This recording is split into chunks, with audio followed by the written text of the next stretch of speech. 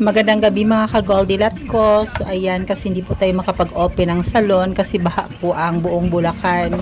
Nasalanta po kami ng baha mga ka-Goldilat ko. Hanggang ngayon is malalim pa po yung tubig sa labas. So ayun, nagluto po tayo ng maha blanca. So special po yung niluto ko mga ka-Goldilat ko kasi marami po yung gatas. So ayan, nilagyan ko po siya ng complete ingredients. Pinagsama-sama ko po muna bago ko sinigahan ang gasol kasi kailangan ma-mix mo muna sila lahat to prepare na maging ano siya mga ka-Goldilat ko, at timplahan mo na rin para hindi ka mahirapan mag-adjust mamaya.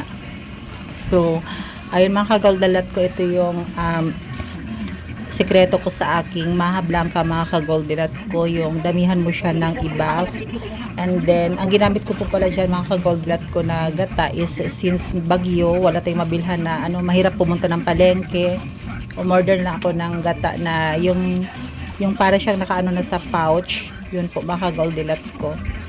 So ayun mga ka-Goldilat ko, pinaghalo-halo ko lahat. Lagyan nyo rin ng konting asin para mag-balance yung tamis at saka yung alat. So ang ginawa ko po yan mga ka-Goldilat ko is ano lang siya, pang isang anuhan lang siya. Pero marami na siyang nagagawa sa 2 cups na cornstarch. Marami na siyang nagagawa mga ka-Goldilat ko.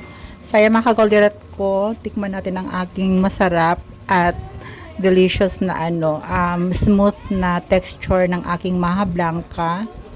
With love kasi yan mga ka-Goldilat. Mas masarap kasi kainin ang maha blanca na with love, with inspiration. Lahat ng ingredients ihalo mo na doon, char.